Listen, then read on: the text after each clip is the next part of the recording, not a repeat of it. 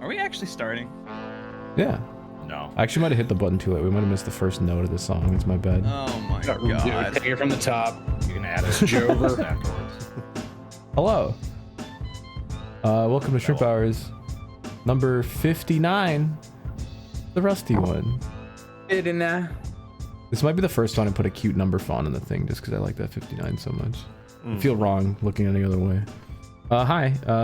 We got the usual suspects. I'm Drive-Thru. I'm here. Cody's here. Caleb's here. s1ap's here. Rusty's here. Everyone else is dead. Yeah. Yeah, because that's canon. Everybody is deceased. But you know what's not dead? NASCAR. NASCAR's back. Ryan Priest. Yeah, he's actually doing great. I have not seen any photos or video. I think they're still getting the hologram ready. No, it's the clone. It's the clone, dude. Yeah, he's gonna show up to the next race with like a full like blanket like towel over his head, and he's just gonna throw up the peace sign. Yeah, with some sunglasses on. Yeah. Just they're gonna zoom in, and he's just in the press box, like ominously standing. Oh, he's missing the next race for COVID. Shout out to Chris Buescher getting the win. Zane Smith, be on the lookout. The actual race was fantastic, I must say. There was like a little bit of like stage 3 train, but I feel like there kind of always is. But they were like kind of going at it. They wrecked them big, but they still had a good number of cars. And then we had like probably the greatest flip of our generation. Yeah, that's the best one I've seen.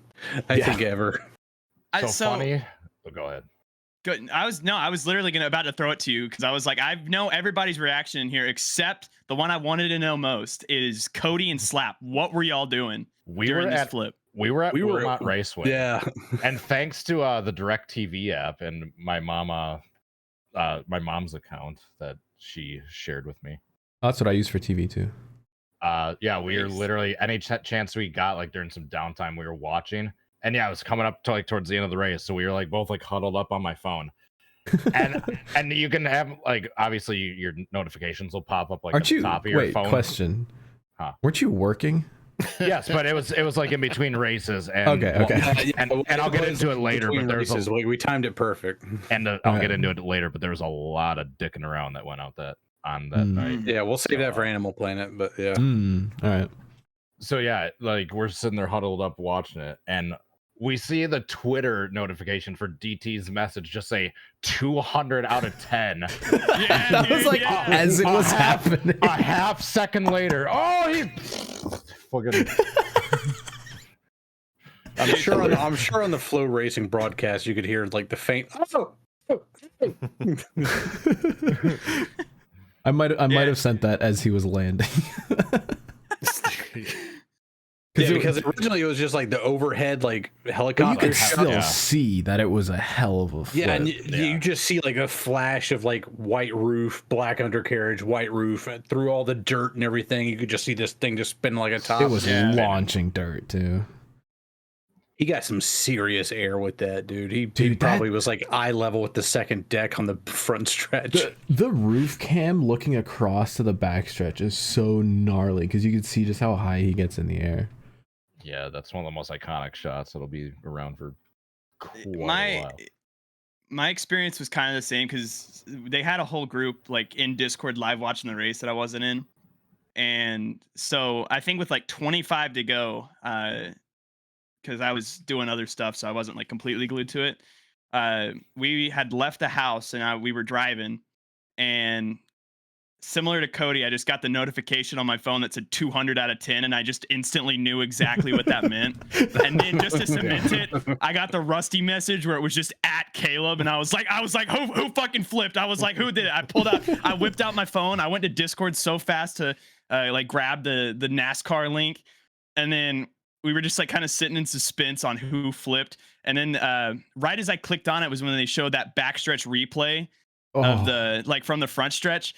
Yeah. And I had my girlfriend was in the car with me, and then one of her friends who's never watched NASCAR before, and we were all huddled around my phone. And I was like, watch this. And everybody was like, what? They're like, oh shit. Because obviously like they've never watched NASCAR. So they're like, he's fucking dead. And it was so cool. I was immediately like, that's a sick flip. he's all right, isn't he? And then he got out, so he's all good. And he's on the entry list for next week, so we'll be seeing him. Shout out to Ryan Priest, what a beast. Dude, I bet he looks like Davey Allison after that Pocono flip, with just burst blood vessels, black eye from the G-forces. That's probably why he hasn't sent a picture. Yeah. Dude, he had the opportunity to do the funniest thing ever with him like in the hospital bed, take a selfie and just say, "I lived, bitch." Yeah, Bloodshot and everything. I mean, I kind of forgot everything else that happened that weekend. I mean, Busher won. That was kind of cool. RFK master plan worked to perfection. Brad also got really lucky missing that first wreck. He like could have been collected. When he caught on fire under the red. Yeah. He had to like do like circles in the runoff area. Yeah. Which I'm surprised he didn't Sterling Marling him. Like, yeah, you can't work on your car under red. You can't not be on fire. I was about to say, I'm glad that like everyone's like, yeah, that's a reasonable reason to be moving under a red flag if you're like literally on fire. That's fair, and it worked. He pulled the Ricky Bobby. He's like, I'm on fire, and he just like thrashed around wildly until it went out. You had the perfect space for it too, just with all the asphalt on the inside there. Just whoop whoop whoop. Cody's dead. That's unfortunate. It's Joe. That was quick. All right. Do we have anything else to talk about NASCAR? Was the truck race good? I saw the battle for the win was actually kind of cool. That must have been fun in person. First two stages, like everybody got like really strung out.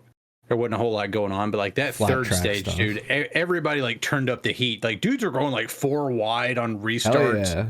3 wide, dude. By the time that third stage got going, there was like 3 distinct grooves. Like guys were going 3 wide, making passes on the outside. Like Milwaukee Mile is like, it's back, dude. I mean, that's a racy track, man. If the Cup Series went there, I think you'd just about see the same thing. I thought it'd be like Gateway One Groove Central. Yeah, I kept telling Slap ahead of time. I kept telling Slap, I was like, yeah, get ready for like a single groove racetrack. I don't care because we're back.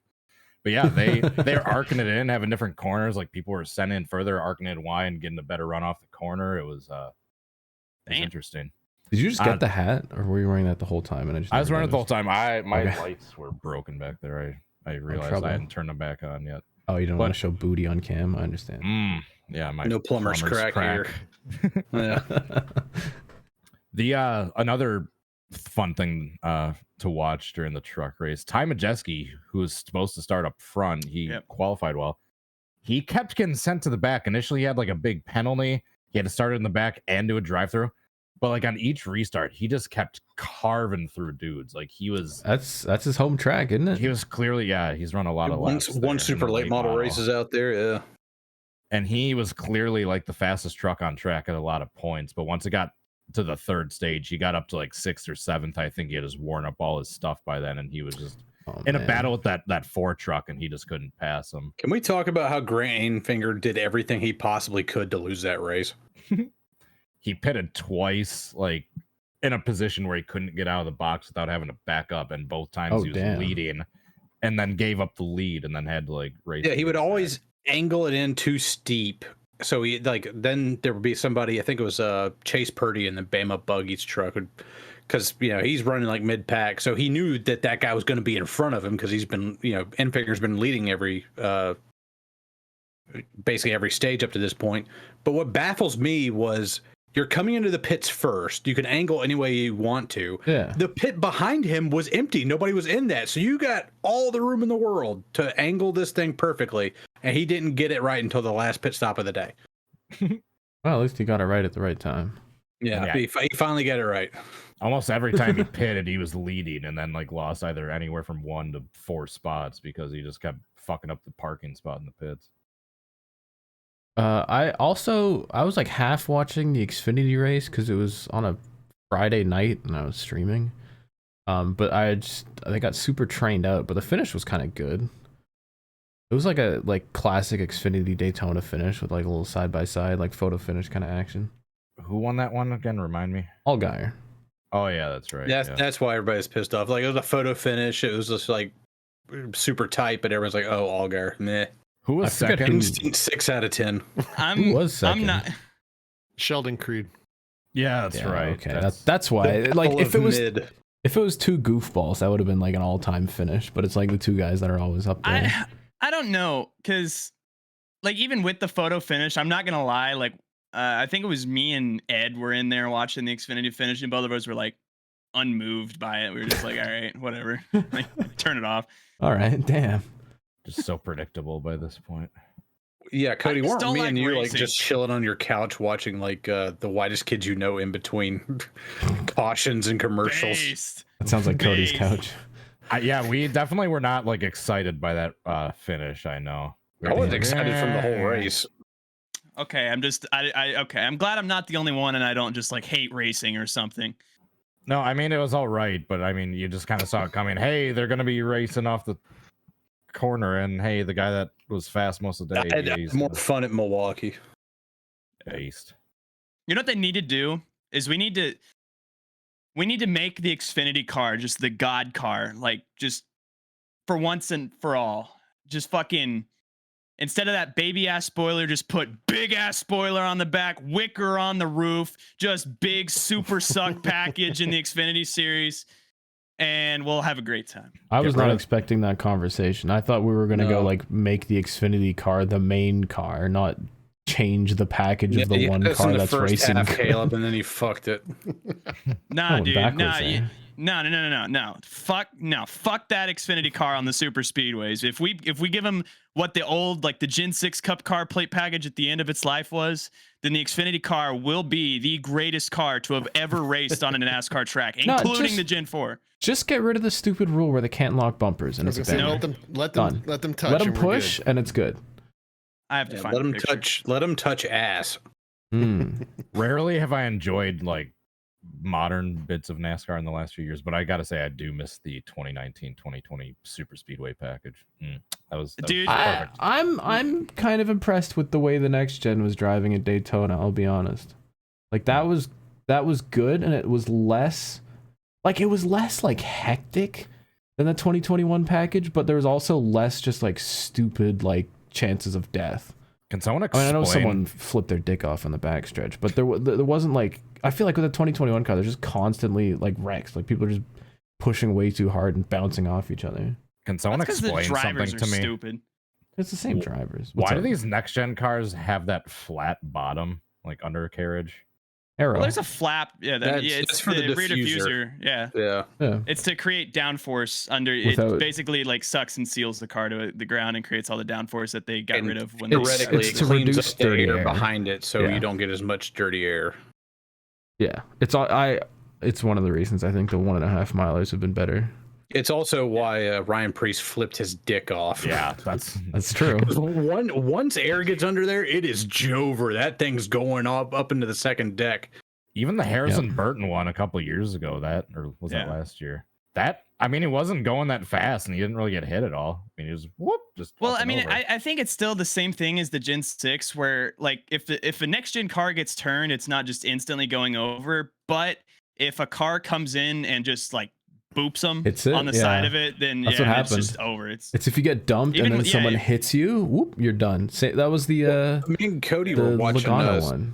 Me and Cody were watching like next gen or Gen 6 flips, and one that stood out to me was Matt Kenseth at Talladega. Matt Kenseth, yeah, well, where he's fine. He hits like a little bump, and even those Gen 6 cars, they were pretty flat on the bottom.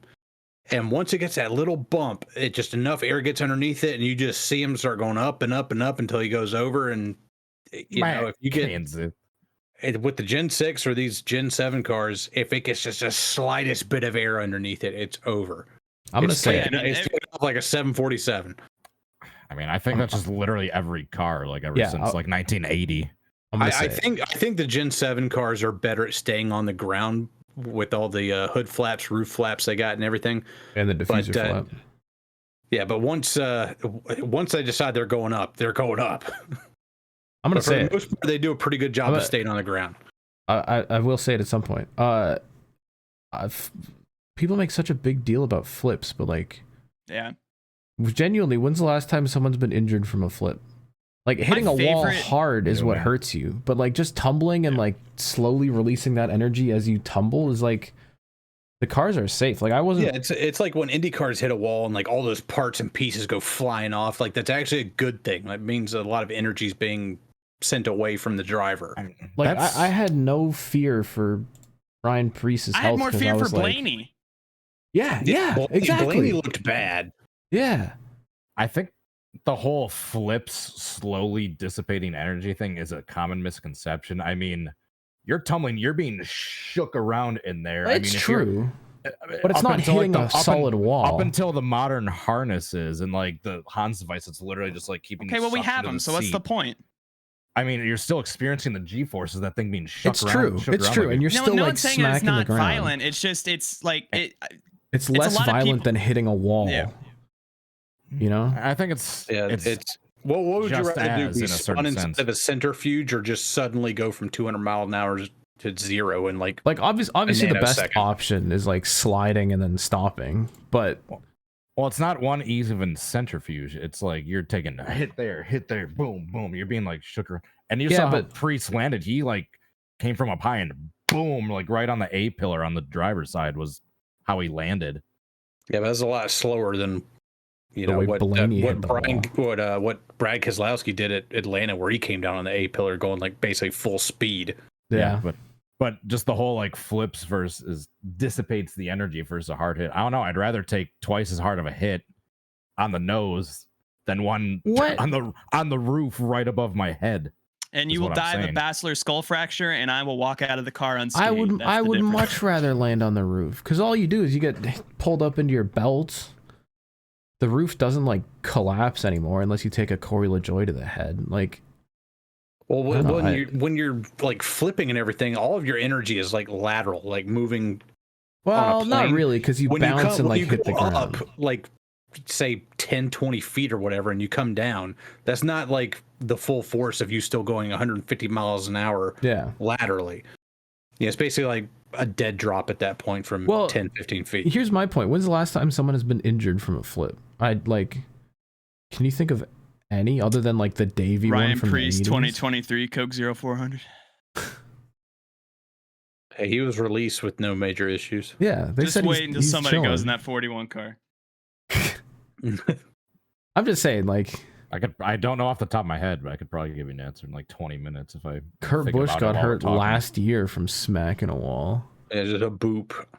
I think of like Kyle Busch breaking his leg. I think of like. Yeah. Didn't Joey Logano, when he flipped at Daytona in 2021, didn't the A-pillar like come down on his head, and he even said he like felt it like come down on his neck? That's because Joey Logano's a pussy, and every time a car flips, he's bitching about it. That's not what I was saying. I think they're driving good. Beast Caleb is back. I think it's just as equally as dangerous a hit in its own sense, as opposed to like it's much safer. Yeah, it's dissipating. I mean nobody's saying that it's not violent to flip a car going 180 miles per hour, but I would much rather flip a car than go 180 miles per hour into a wall head on, and that be the only vent of energy dissipation. I'm just going to say this: Danica Patrick has flipped her non-existent dick off before. And then she also like had a head-on collision with the wall at Daytona twice, where like the steering column was like up in her face, and if that thing had like come loose, it would have impaled her. You know, that's a wreck that not many people remember. I think it's the 2010 Xfinity race at Daytona. She gets loose, hits the inside wall, and you see the end car, her steering column. She goes like this, and then when the hit, it's like because the steering wheel is going gets like shoved up to the roof. Like that footage exists. Yeah, it's like scary or the duels race, like 2013, I think. 2012, yeah. 12. Yeah, 2012. Yeah, it was like up in her face, and I'm like, dude, if that thing had compressed a little bit more, like all of a sudden you're getting like some free brain surgery. Dude, how like. It's so funny to me that Danica Patrick's like her first time ever in a cup car at Daytona, and she just eats like the most massive amount of shit that anybody's eaten at Daytona. But here's the thing: like most of the time, it wasn't even her fault. Usually, it was somebody else. Yeah. Oh no, it wasn't her fault. It was just wrong place, wrong time, and she just ate it during my boredom streak. Like 3 or 4 times. She has like the worst luck. Another one that's really. Go ahead. I was doing the thing where I was just showing s1ap a bunch of crash compilations and shit. And I was like, yeah, if you notice, like her 3 biggest wrecks, like in her career, just were completely not her fault. Yeah. That Daytona one in the duels, the Matt Kenseth flip where she hits the wall fucking harder than Eric McClure did, like right in the same spot. And that Kansas crash, Yeah, where Eric Almirola broke his back, all was because Joey Logano just blew up a brake rotor right next to her. And so she was just like the one chance she had to win a race, just something completely out of her control broke her car and it was over. Montreal ran over a shoe. Something's wrong with my steering. What is it? Cody does it better. Something's wrong with my steering. Yeah, you had it. Shout out to Danica. All right, well, I gotta go through some to paint the man who schemes. threw a shoe over the fence. Some Quebecer was big pissed. Dude, I wonder, like who's the dude that did that and does like was he so many beers deep that he doesn't even know he did it? Like he doesn't even know he's responsible for costing us a Danica Patrick. You'll have that in Quebec. Someone just walked out of the exit gates with one shoe on and just no one asked any questions. Speaking of shoes, we got paint schemes. We got Drip or Drown for this week. Nice Denny segue Hamlin had a FedEx Cares car that said Operation Warm on it and just had a bunch of shoes. It's not a Jordan tie-in. I don't know what it is, but there's just a bunch of shoes on a plain white car. And you know what? Operation Warm. It's not that bad. That's a shoe nice car. I thought I'd hate it, but it's kind of nice. More than a coat is their motto, I guess. I guess they're trying to get people to donate shoes. So, shoe car. That's send them in, guys. This is a good photo too. God damn. Yeah, looks like a render. That's a Getty. All right, that's I don't know what to call this. It's not like a drip, but it's not like a drown. It's like pretty wet. All right. I got a drown. I talked about this before, but this magical vacation planner Chase Briscoe car might be one of the worst Stuart Haas cars of all time. They've got a bunch of just the same picture of the same people. Yeah, but it's the same dudes over and over and over again. And they put all these pictures that no one can see and put text over it that no one can read. Here's a shot from an onboard of a car directly next to him. And you could not tell there are any sponsors on the side of the 14 car. And I was talking shit about this on Twitter just because I'm just every time someone spends a shit ton of money to put words that you can't read on a race car, I get upset. Here's a photo from the infield from the Stuart Haas Twitter of 10 Smithfield, 21 Dex, and just something on some number on that car. You just can't tell anything. It just upsets me, man. Like, this is just a fat drown. Something on some number. Yeah. Yeah. Oh. So yeah, it's fat drown. Shout out to the 14 car. I banger. Dude, like I was already gonna talk about how amazing this 41 car is. By the way, I don't know, this brand apparently sells safety equipment online, which I think is pretty funny. They sell like helmets and seats and seat belts and stuff. Setup. It was a plot. Dude, I know that's the new meta with advertising. You gotta be viral like it's this. a first time sponsor. They only had like 100 and some followers on Twitter. They put out a banger paint scheme and then like had one of the greatest wrecks of all time. So shout out to Race Choice, I guess. Tell me who sponsored Look at that. the race winner, Chris Buescher. Like who sponsored Chris Buescher? Because I have no fucking clue. Fifth But Race third, Choice, 5/3 bank. Because he's won 3 of the last 5 races.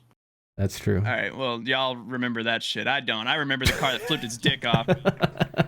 Yeah, Slap was saying it's like, oh, it's a shame that this like banger of a paint scheme got trashed. It's like, no, on the contrary, this thing is going to be remembered for fucking ever because of that. He could have finished 21st, but instead, it's the same with get immortalized in flip history. Like Kyle Larson's Clover car, like the M&M's car twice.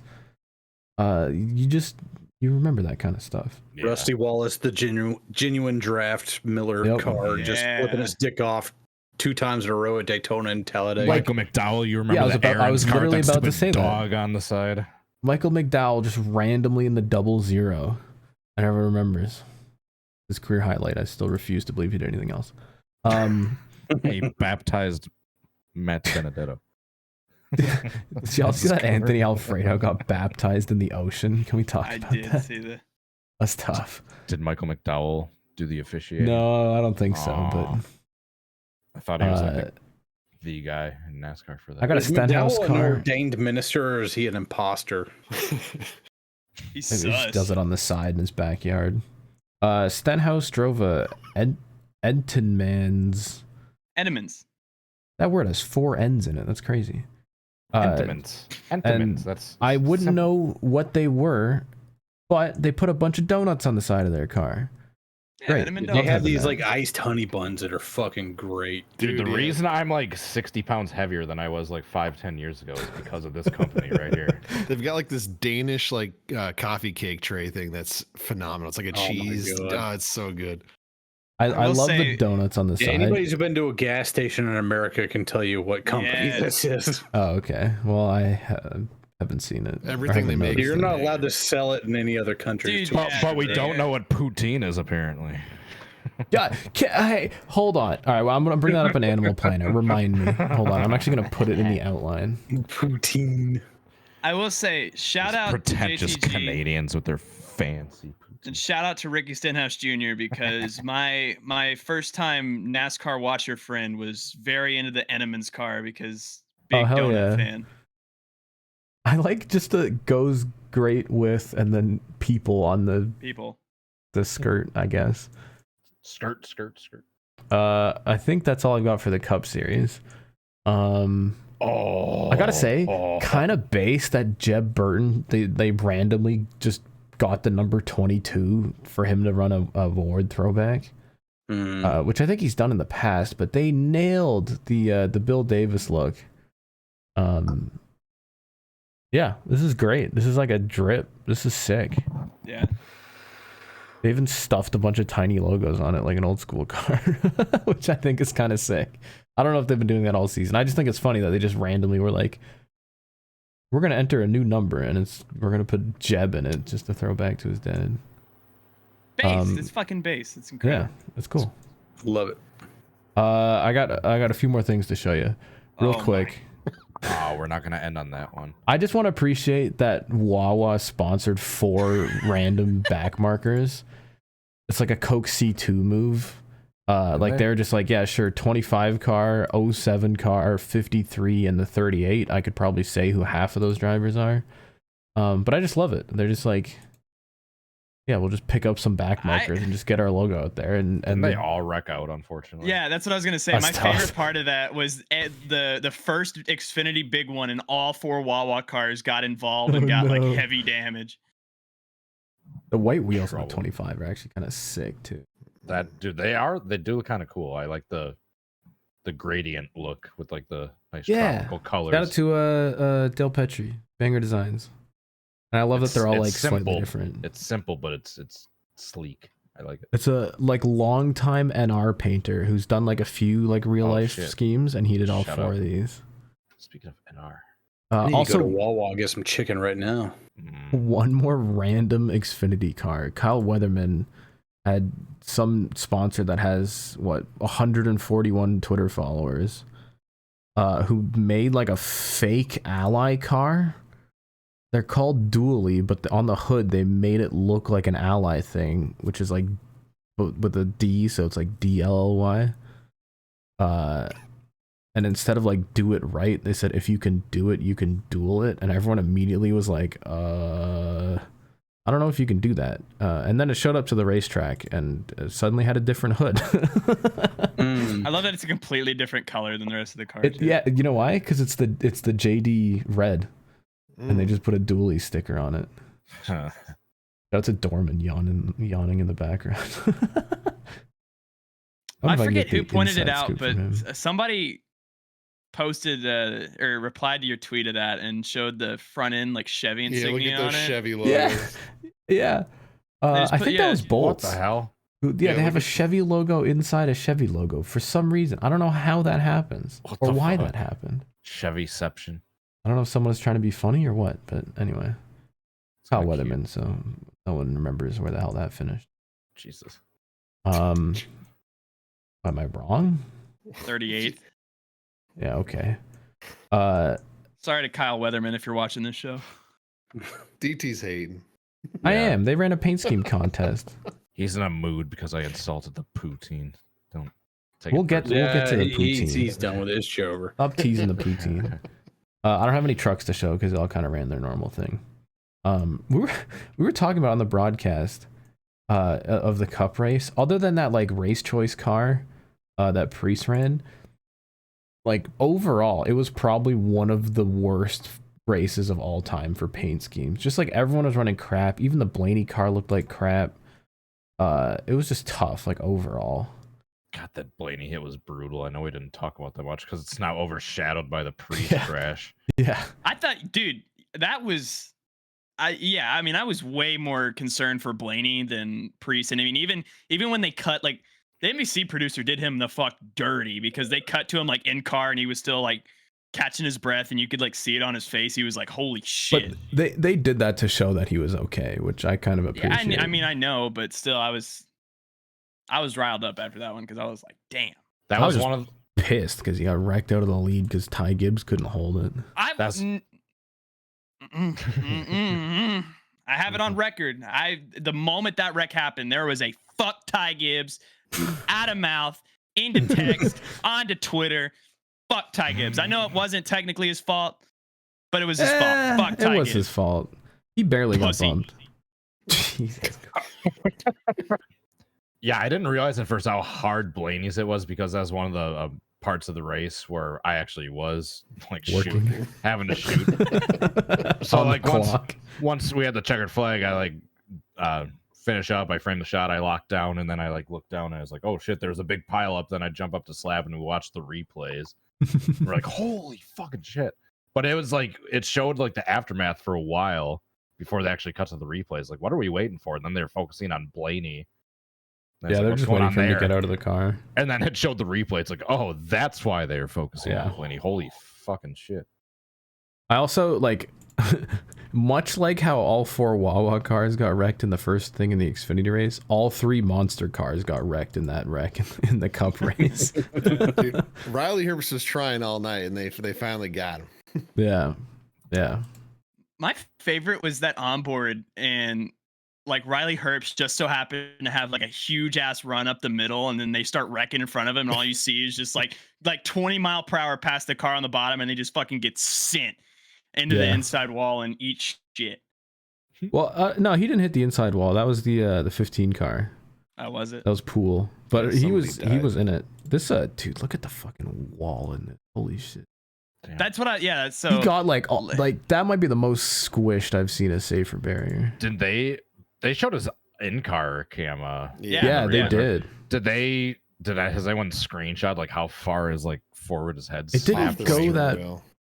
It wasn't too far, which was good, but it was still like so like sudden. Dude, Yeah, Caleb, where are you getting these? This picture's nuts. Holy shit. Jesus. This is one of the Priest flip, and there's just dust everywhere, parts flying. That looks like a Hollywood movie where they like have the catapult just send like cannon, go flying. It looks like Talladega Nights where they just put explosives under the car and just blew it up. Oh, I'm plowing through the air. This is not good. But I will say, like, you go ahead. Slap put out a tweet which was so true where he's like, if this happened in a movie, I would call it unrealistic. I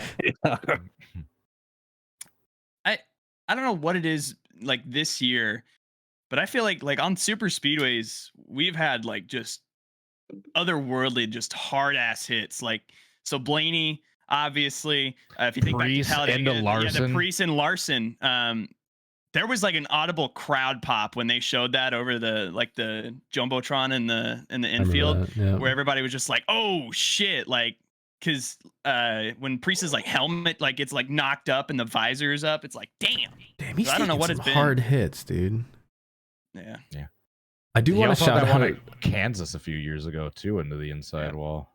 I do want to shout out Ed because we were like in the first like third of the race and Ed is like, we haven't gotten a good like grass digging flip in a while, and we're like, yeah, I guess the last one is when Buescher did it at Charlotte. And then of course we get the biggest grass digging flip in history. Yeah, I remember Caleb and I think we're talking like a little bit ago too. It's like we're getting towards the end of the year and we haven't had a flip in cup yet. Yeah. Like if it goes to the end of the year, it'd be the first time that we've had a no flip in cup season since like 2006 or something. Yep. And I was like, well, all lined up. It was had a hell of a way to keep that streak going. Yeah.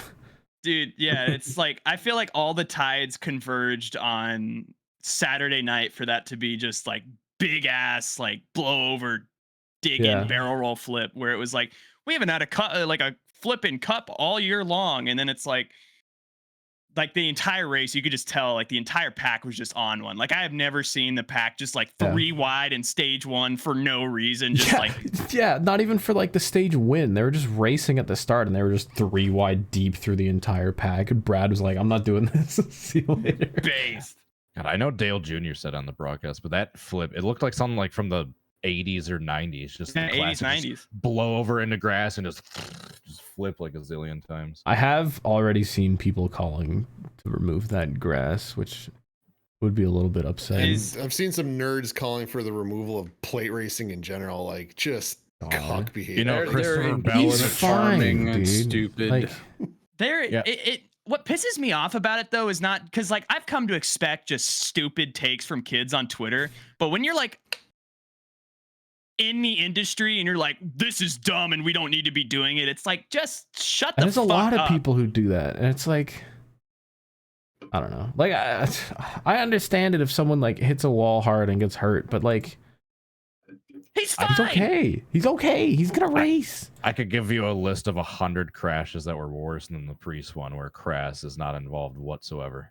And like I understand like when you know the guy or you're in the industry and you don't want to see that happen. But at the same time, like it wasn't bad. I don't know. There's so many things to get more upset about. But anyways, we've that's the longest NASCAR segment in history on this show, and it deserves it. That's the whole podcast. It's over. That's the only thing we're talking about. Hold on. We got that was segment number 1. I want to talk about what's Twitter doing. Because it came out this morning that Trading Paints got hacked, and all of their username or all of their emails and passwords for 270,000 members have been put up for sale on the internet. I want to know how stupid Caleb's password was. You know, it's just like we should buy it and take a look. Just judge everyone's passwords. Yeah, I have a pretty dumb password for Trading Paints. I just changed it to like the Google auto suggested one today, and I was looking at the one before because I think it was like 2017 when I set that, so I was like 13 or 14 years old. So yeah, it was pretty dumb. So I mean, this should serve as a reminder to never use the same password on multiple websites ever. And I'm serious about that. But also it's just, it was funny the list of like emails that they like showed off to be like, hey, like here's the Trading Paints stuff, was like some of the first ever accounts made on Trading Paints. There's like mtruex@aol.com. It's like Truex in like 2009 signing up for Trading Paints, and there's a bunch of the iRacing staff too, which is tough. But yeah, that's tough, and I feel bad because I know like Trading Paints is literally 3 people.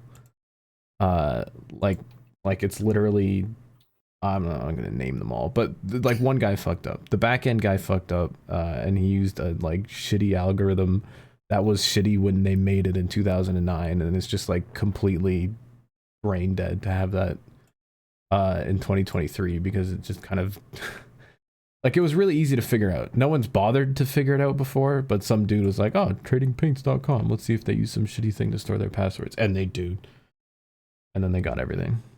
But yeah, I just know it's like it's gonna be a tough week for those boys.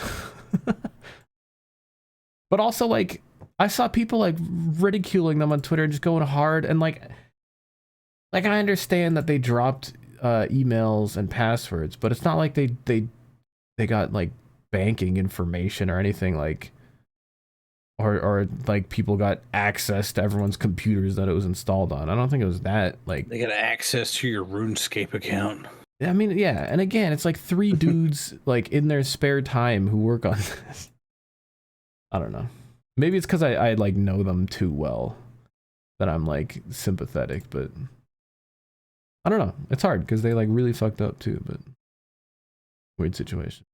Other weird situation that just got announced on Twitter today. Ray Hall-Letter-Lanigan just said that for the last 2 races, they're putting Yuri Vips in their cars, in their one of their Indy cars, which now marks the 2nd time in the last few years that an F2 driver who failed and said something racist on the internet got hired in IndyCar. So it was the first. The pipeline's weird real. that happened twice. It is weird that it's happened twice. Tino Ferrucci was the first because he was a bastard and got kicked out of Europe, basically. Like all of European racing. Found a home in IndyCar. Yuri Vips said the N-word playing Call of Duty on a stream, and now he got kicked out of his thing. Oh, it's that guy. Yeah, it's that guy. And now he's racing in IndyCar. PewDiePie. I don't know. I don't know if F2 to IndyCar is necessarily a promotion. Well, yeah, here's the thing. On that stream, it was like a bunch of the Red Bull Junior guys, and the other guy just raced in F1 last weekend, so tough, Yuri. Tough for Estonia too. It's like they finally get a professional driver and then he just drops the hard R playing Call of Duty. Unfortunate. How does he even know that word? I don't know. I mean, it might be a long play. He could win a cup championship here in a few years. Jesus Christ. Like imagine being from Estonia and knowing the one English word you can't say. Well, he knows English. A lot of people can speak English. I know. I thought you were making fun of the demographics. It's not his native language, and like you're gonna. How often were you using that word? That when you're playing a Call of Duty, that's like the one word that comes to your mind when you want to call somebody, an insult or something. Ask PewDiePie. I'm so glad I never played Call. Wasn't his first language either. It is true. What happened? And he's why doing did all right. Swede know how to say that? Yeah. No, how to use that word. I know it's been like it's just beating a dead horse at this point, but like, can we just address the absurdity of like how one iRacing N-bomb just changed the course of NASCAR history, like forever, like created a dynasty. Like just constructed what might be like the greatest driver team combination in the like modern era of NASCAR, and it was because he dropped the fucking N-word on iRacing. iRacing like goofy race at Monza Oval. I feel like somebody like went back in time like a million years ago and accidentally stepped on a bug, and now we're like living in that timeline. They put Kyle Larson on at all teams instead. Yeah, like the N-word meta. Dude, yeah, I mean, that's what I mean. Like, imagine going back in time, going before that event and being like, Kyle, I know this sounds crazy, but you have to say the N-word on all teams tonight, or like you have to do it. Well, I just love like the course of history would be completely different if Kyle Larson was on a different radio channel. That's what I mean. He'd be like rotting away with like Chip Ganassi right now. Like, we're dead. Who knows? I don't know. Maybe he'd go to Trackhouse and start a dynasty he'd be there. With Trackhouse probably. That's oh my god. Maybe there is no Trackhouse. Who knows? That's true. The butterfly effect. Seriously, yeah. Matt Kenseth never would have come back, and I don't know what happened in 2020 in NASCAR, but Matt Kenseth not coming back would make absolutely no difference to anything. Let's be honest. I'm sorry. Like then he did fuck all in that car. My favorite part was he went in the Dale Jr. download and he was like, yeah, I knew my second week in the car that we were not doing anything for the rest of the year. He had some, dude, Matt Kenseth is like prime sarcasm. Like there's a radioactive clip that I just love where when he went back to Roush in 2018 to like sub with Trevor Bayne, and like the spot, like he had like just had like a mechanical failure of some sort, and the spotter, like crew chief, was like just bring it back easy, like it might blow up on you here. And Matt Kenseth comes over the radio and he's just like, we can only hope. And then that was it is. Matt Kenseth always had that super dry humor too. Like he's so good. My favorite sarcastic hilarious moment was when he dumped Logano and he immediately comes over the radio. Was like, oh, I think my brakes went out. Yeah, it's just like not believable in the slightest, but funny that he said it. It is pretty criminal that he like went back to Roush and they never put him in the 17 car again. Kind of pissed. Would have been a cool opportunity. Yeah, and Stenhouse won both of his like NASCAR championships in the 6 car. They had the perfect opportunity and fucked it. All right, I want to go to the media check-in real quick. No, I spent too long. All right.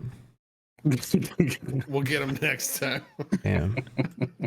Damn, Slap. Right. I was gonna talk about some with you too. Shit. All right, fine, go. So I don't know if you've watched it, but it's on Amazon Prime.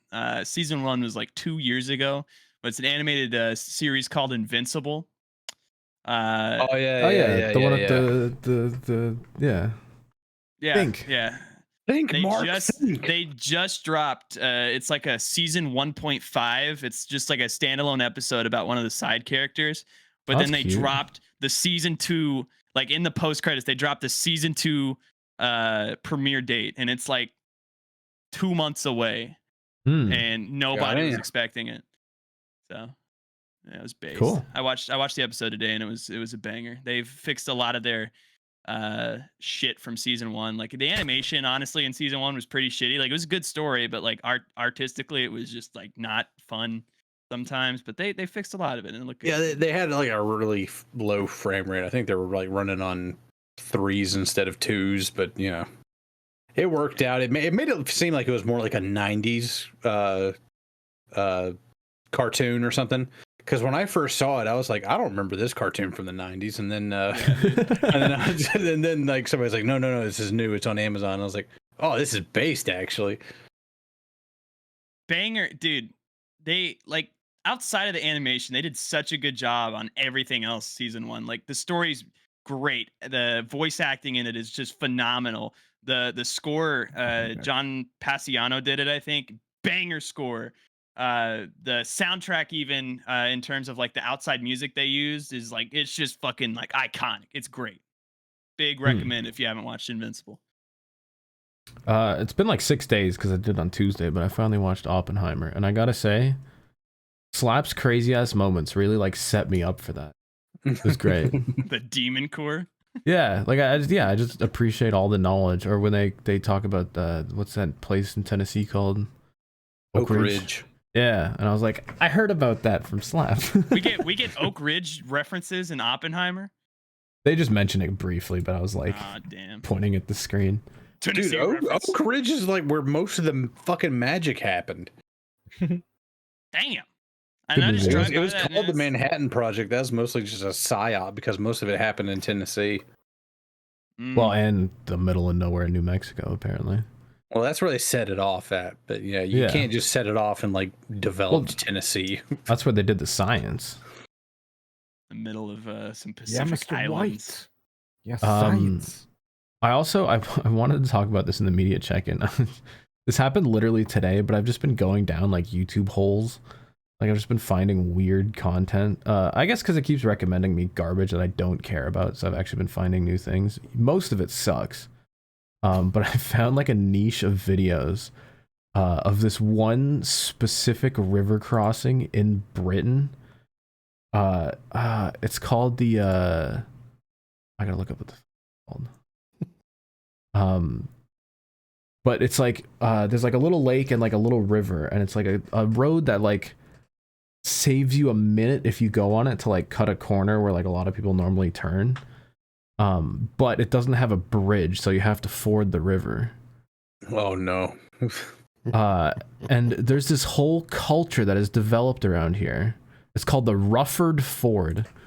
Because it's like a few people that live there, and the locals started coming out because these just stupid Brits would just take their friggin' Toyota Aigos and like Audi A3s and just like when the water level would go up, they would just rip it through there.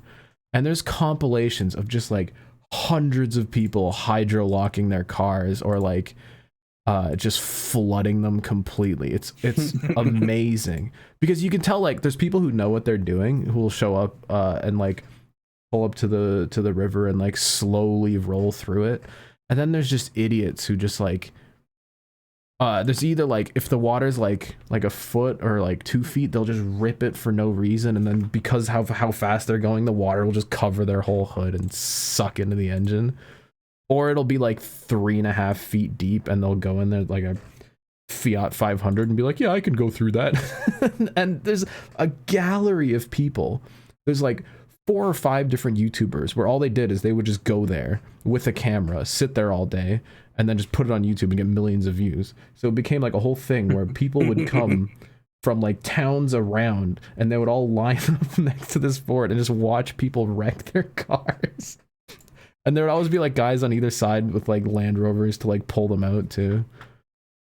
But apparently they've closed it now because it got too crazy to where just a ton of people were showing up. And when it was shallow, like people would just rip it and try to like splash as many people as possible. And when it was like deep, then they would just be wrecking like hundreds of cars. So now it's closed, which is kind of sad. But there's like weeks worth of content. Not gonna lie, if that was me, I'd probably be one of the guys that gets stuck and have my car dragged away, because I'd show up in the focus and I'd be of the mentality of like, no, that's the thing. Like, the faster you go, the worse it is. Yeah, so there's people with like big SUVs who will rip it and drown it, and then there's dudes in little like Ford Escorts who will just pull up and go slowly and be completely fine.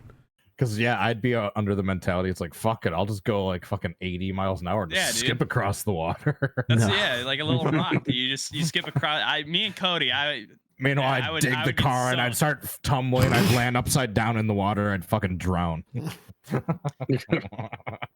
I think there's like a lot of like campsites or like camping stuff around there, because oftentimes people come through there with like the whole family and like a bunch of gear in the car and just drown it.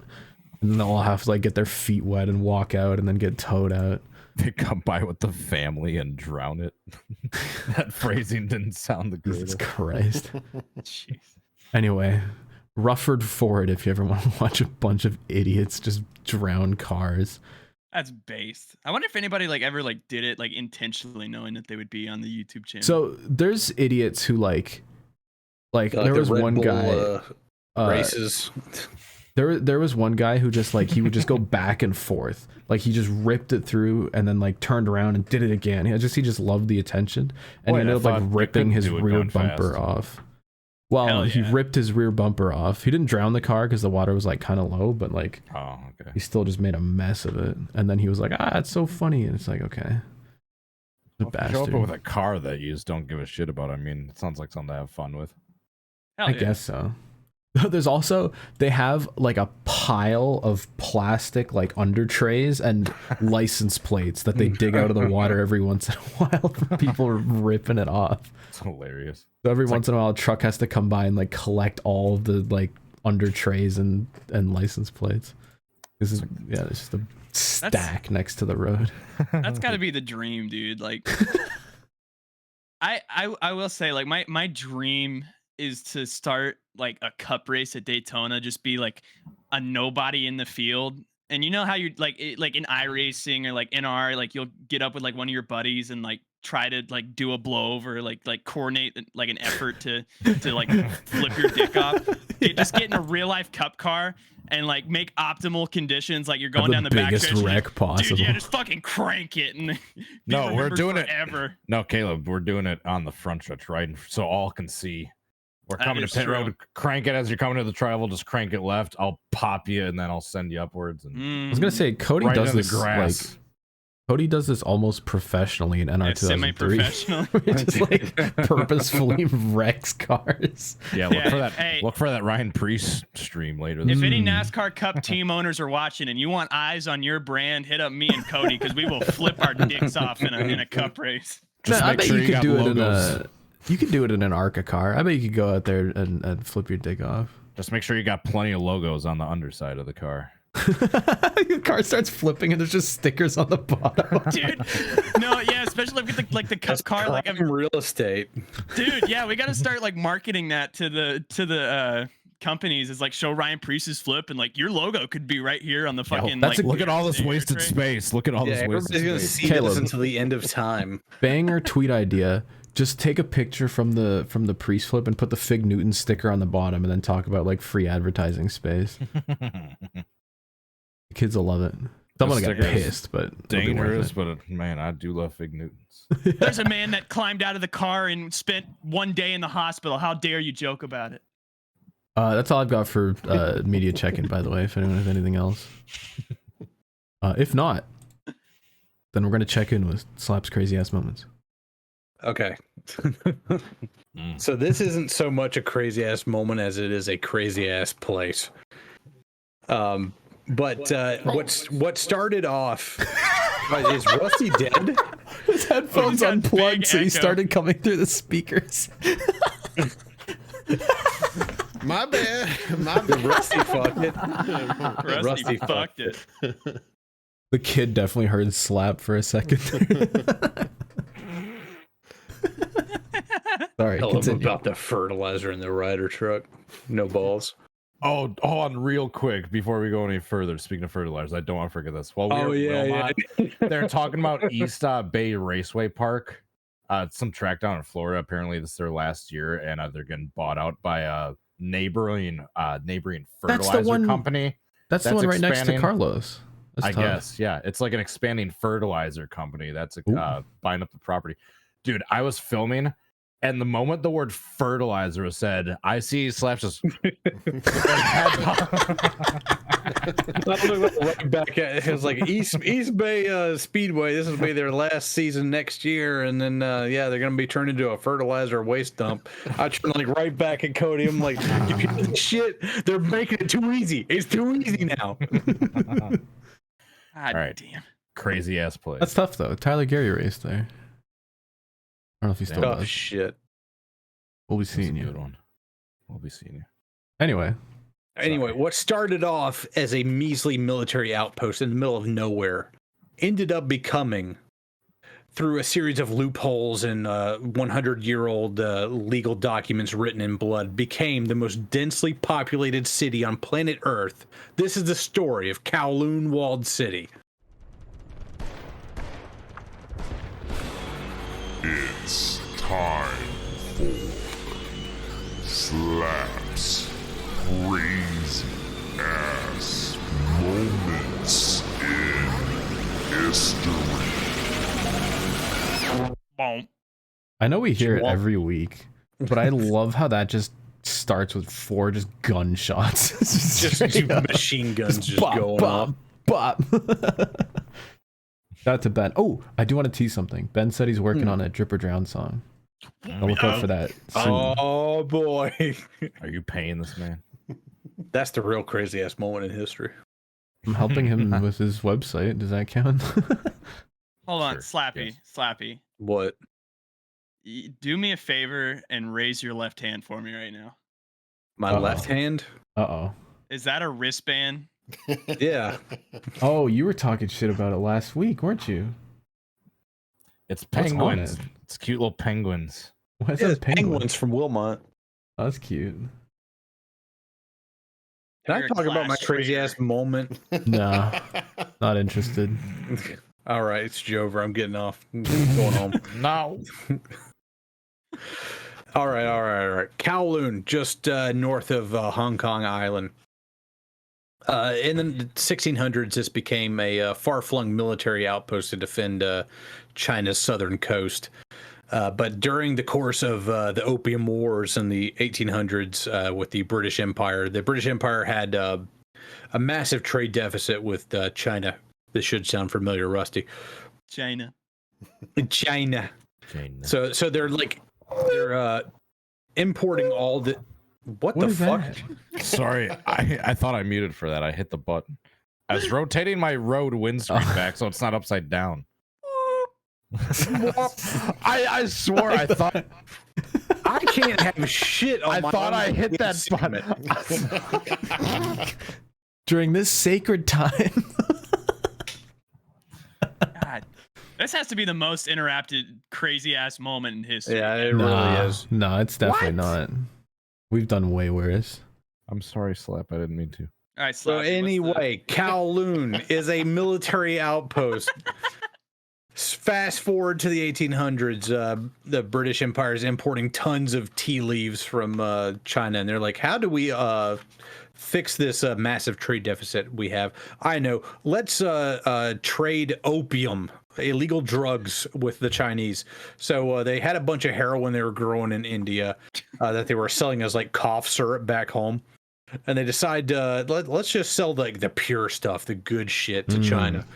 So there was this massive opium epidemic, like opium dens popped up all over China. The Chinese government's like, hey, this is not cool. This is not base. You're not allowed to do that. We're going to go to war. So they go to war for the first time. They lose the island of Hong Kong. The second opium war, they lose the northern little peninsula just north of the Hong Kong island, and this becomes the protectorate of Hong Kong on a 99-year lease. Their lease ends in 1997.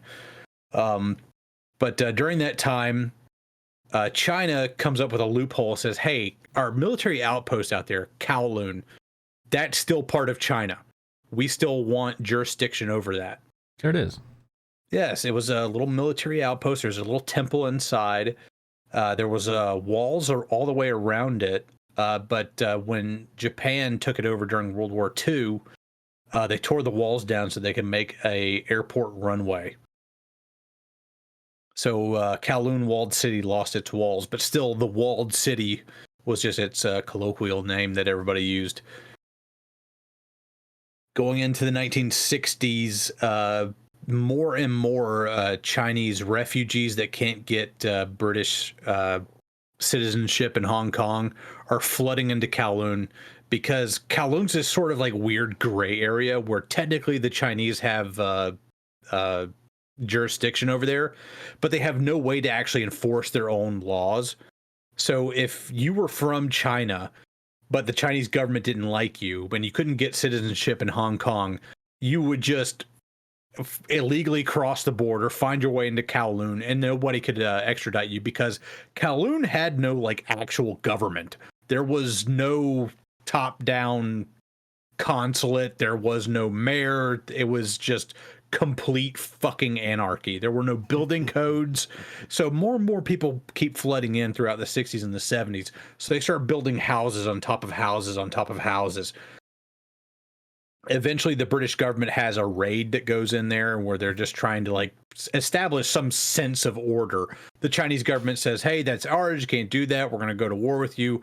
The Chinese had just recently gotten done with getting into a war with the United States and Korea. They showed that they're willing to throw millions of bodies at the problem. The Brits don't want that shit. They got their own colonial problems going on all over the globe. So they're like, all right. Just do us this one thing. No building can be over 14 stories tall, because this is right on the approach to Kai Tak Airport, the one airport that goes into Hong Kong. And Hong Kong's already very mountainous. It's very sketchy to fly in there. And this is, Kowloon's right on the approach. So they say nothing above 14 stories. So Kowloon basically becomes this ultra dense city that is the size of about 4 football fields. But in those 4 football fields right there is about 33,000 people, which just stacked in there. I mean, you can see the density of the stuff around it, where it's just like normal. Yeah, so the little hole there in the middle is where the temple is. So that was like some of the most valuable real estate, and that and the stuff on the outside, that was where you could get natural sunlight. Everything on the inside, though, like people like lived for years at a time only in electric light.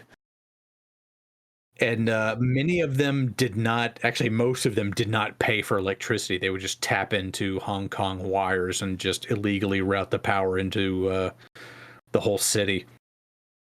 But to give you some idea of how dense this was, the densest place in the United States is the East Village in Lower Manhattan, which has about 43,600 people per square kilometer.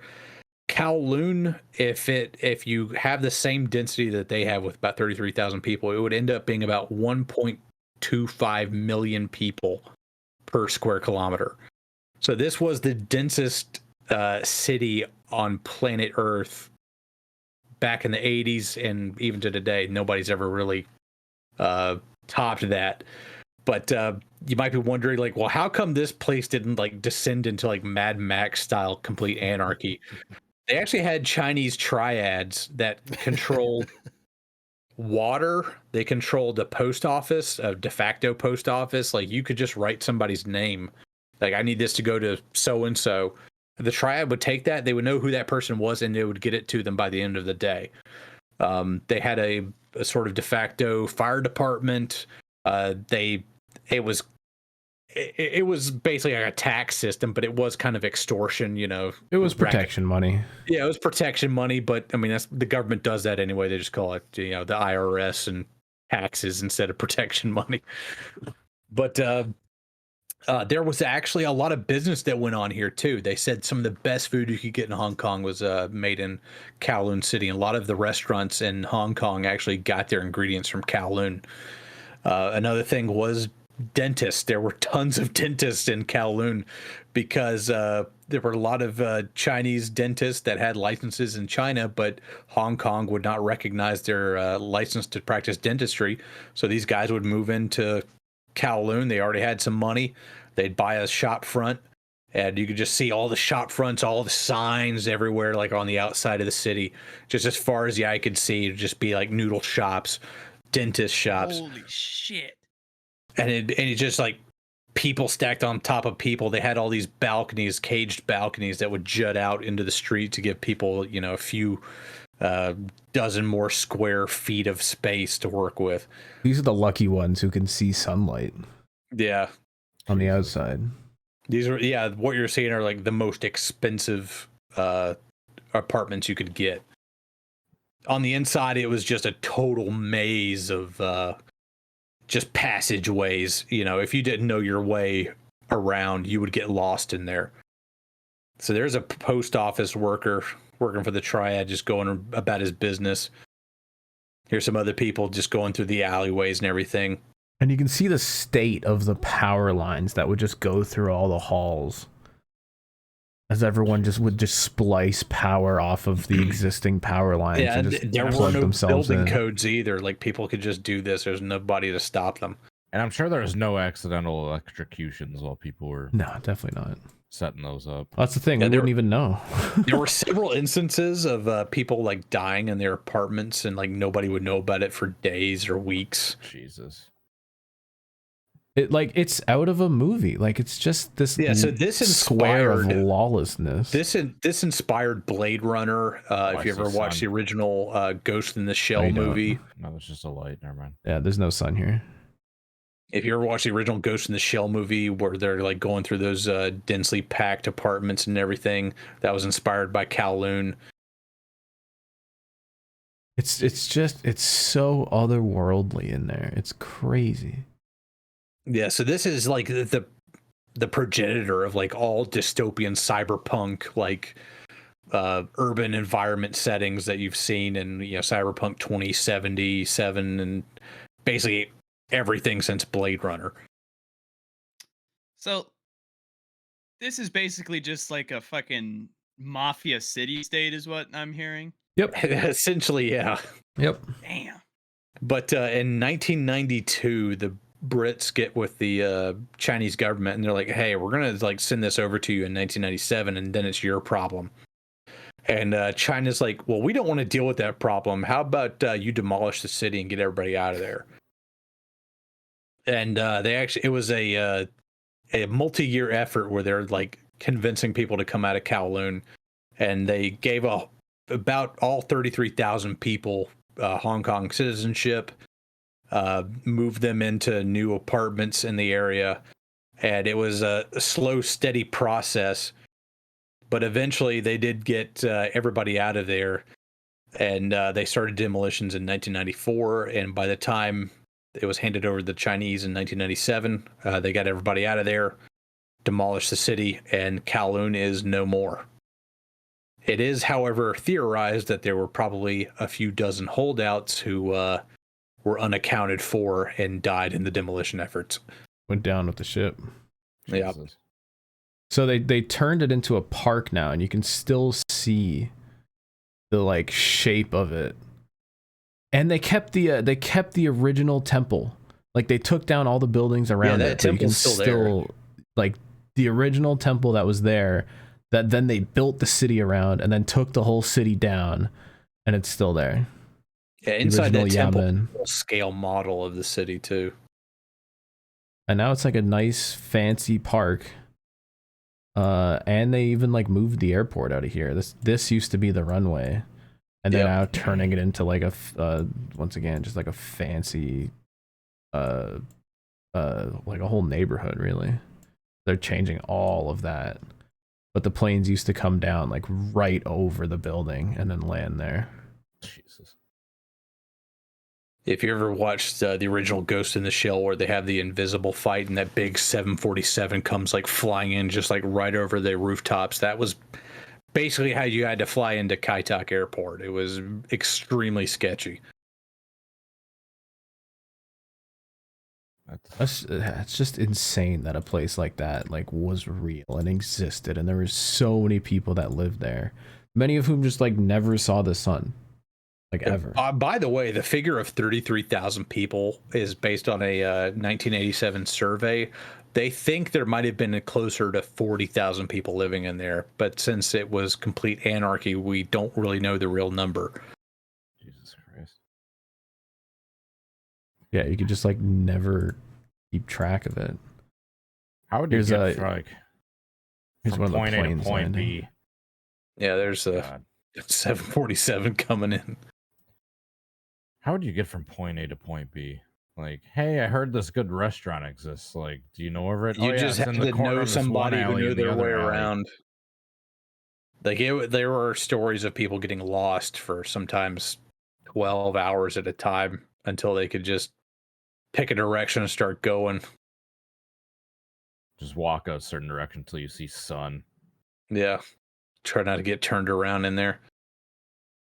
It's like Blair Witch Project. You just keep walking in a straight line, but you just keep passing the same thing over and over again. It's like, wait, we passed this already? What the hell? Yeah, although it was, complete anarchy, a dystopian hellscape, according to a lot of people. I mean, those people had a functioning kind of pseudo government. These were people who were free from the Brits and the Chinese. They were allowed to conduct business however they wanted to. It was a sort of dystopian nightmare, but at the same time, you were completely free to do whatever. It was a functioning city, and now it's gone forever, and those people have gone on to hopefully bigger and better things. But yeah, it was wild that a place like this actually existed for decades. And the amount of food prep they did there is crazy. Like literally, like the nicest, fanciest restaurants in Hong Kong, you'd be getting served food that was like prepped through here in some fashion. Where did they get where are the shipping docks to get their supplies? All the stuff on the outside. There would just be like trucks that would just back up to the outside of the city. It'd be all unloaded, and then they'd just buy off. Yeah, they'd buy off customs agents and be like, "Hey, I'm going to Kowloon. I'm going to drop some stuff off." And basically, the agreement they made with Hong Kong was, everything that we drop off here will stay inside of Kowloon. It won't be Hong Kong's problem. And that was enough to give the custom agents be like, all right, just do whatever, dump whatever. It's not our problem. The Chinese have jurisdiction there, but they can't enforce it. So who gives a shit? So. It's like they certainly don't have any like cattle farms or anything inside that fucking place. They need to get milk and beef from outside sources. Oh, they had like factories in there too. Like they would make sort of like fans, just simple electronics and stuff. What is this guy making? Pancakes, man. Is that what that is? Yeah, some kind of dough-based thing. It's like more sticky than like a normal pancake batter. It seems like almost like more like. Well, maybe it's rice flour. In Japan and like Korea, they have like these like cabbage and beef pancake things that they make. I guess So I'm thinking of like the sugary American pancakes.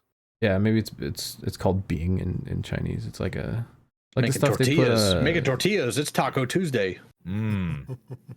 Yeah, it looks like more like a tortilla flour. It looks so funny in his hand the way it like bounces around. He's got that technique down though. Do you know what it looks like? It looks like marshmallow fluff. There's Out it to is. the rats. Kowloon rat. Yeah, I'm sure there's a lot of those. Here's some like Um, fish prep. Cleaning out some eels.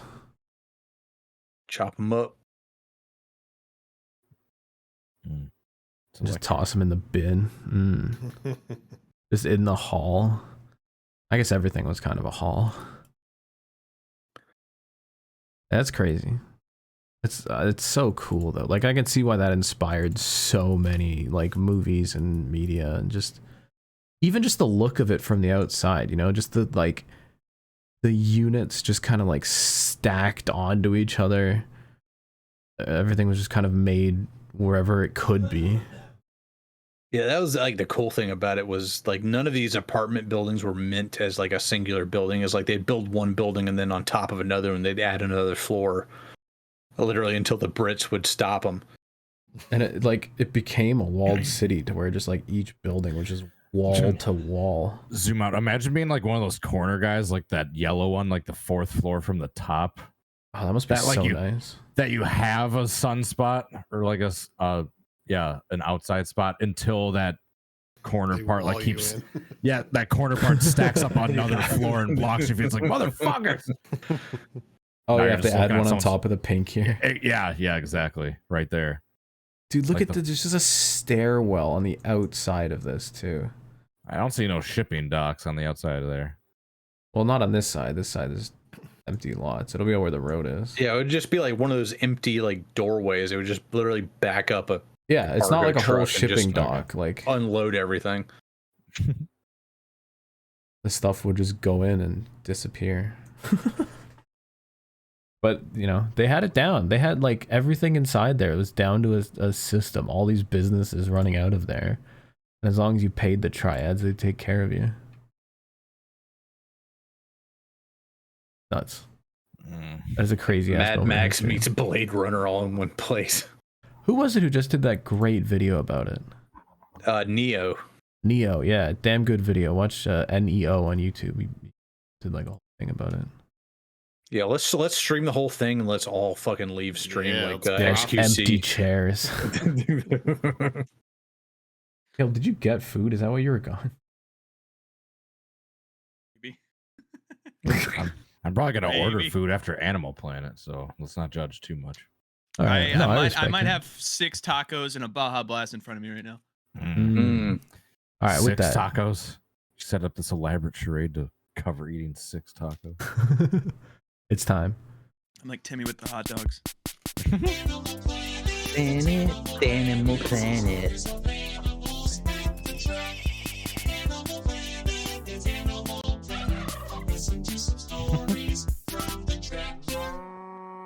Oh. The turkey every time for me. Yeah, that's what made me giggle. Can we talk about how Wilmot Speedway deserves to be returned to the earth? What'd they do? What happened? Yeah, SlapP didn't have the greatest experience, nor did I.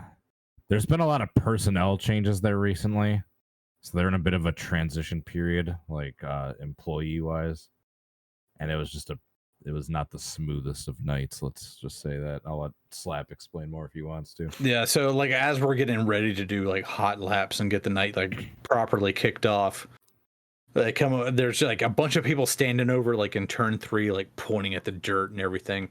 And then finally, like the PA guy comes over, like, well, we got to do a little bit more track prep, everybody. We're going to have the grader come in here and we're going to regrade the approach into turn 3. I like literally take off like the top layer, like from halfway down the backstretch all the way until like turn 4. Just like rip everything off.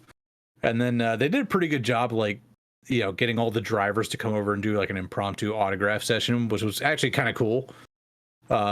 But yeah, they did that, and then they started getting like so far behind. There was a big miscommunication, like, okay, we're doing qualifying. They sent like a guy out there, he did a lap, another guy went and did a lap. All right, we're canceling qualifying, we're going into heat races. And then they did that not just once, but for like almost every division that was there that night. Like all this hype about qualifying. Actually, we're doing heat races, fuck it. And then we didn't even get the last division in because we ran into curfew around midnight. So they had to pack it up and go home. And there's some disorganization, so there's like guys that were in certain heats that just weren't supposed to be in that race. They're just sent them green anyway. And, it was a sounds like NASCAR at Watkins Glen. There's a couple red flags that led to like basically like a 40-minute red flag each time.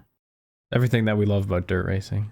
Yeah, there was like a flip. Guy was he got out of his own power, but had to get in the ambulance. Had a neck brace on.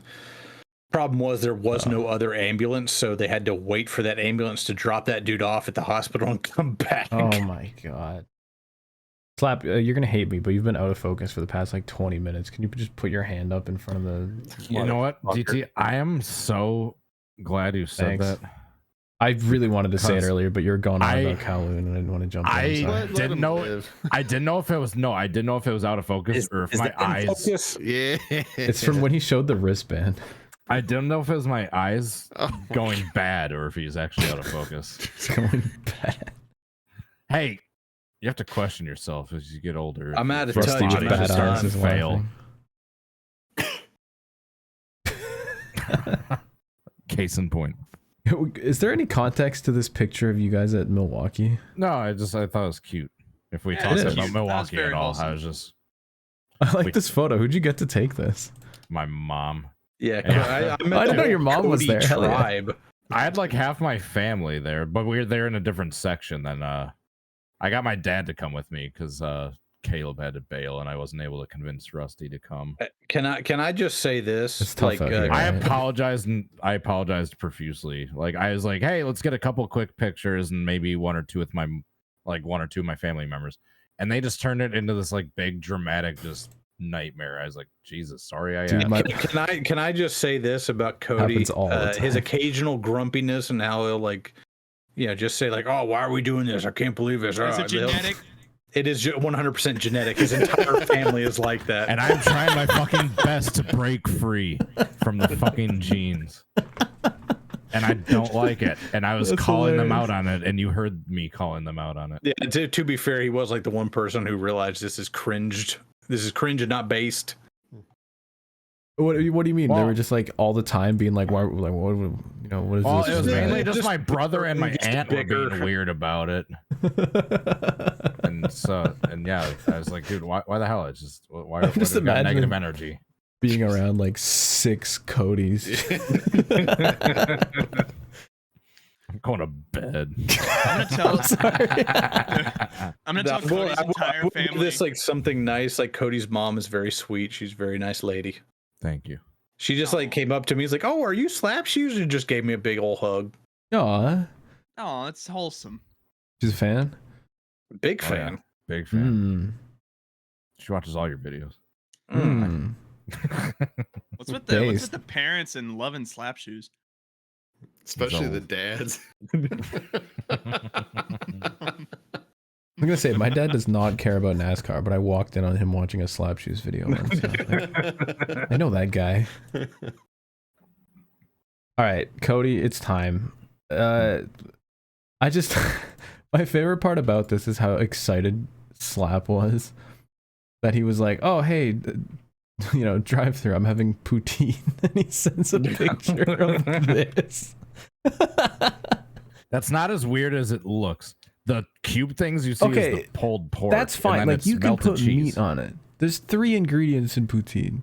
There's fries, there's gravy, and there's cheese curds. And this doesn't have cheese curds. So you're angry that they melted the cheese. That's the only issue you have. It's fries, gravy, and meat. Cheese curds, like you don't melt them. Like if they were actual curds, it's a different form of cheese. Like it's a slightly different take on poutine. Just like that's not different type of pepperoni, Cody. Yeah, and remember how much I was chastised and called a fucking Karen ever since till the end of time. So let's give DT the same treatment for picking apart that fucking poutine. DT is a massive snob when it comes to If we're gonna be fair, let's be fair. Let's give him the same treatment now for the poutine as we've been giving me for the goddamn summer sausage. Fair is fair. I'll take it just because I'm right. Can I do a live Animal Planet? I just love like how excited Don't whip your dick out. And I genuinely I genuinely just woke up and it was like the first thing I saw in my phone. And Slap just said having poutine for the first time. I was like, the fuck is that?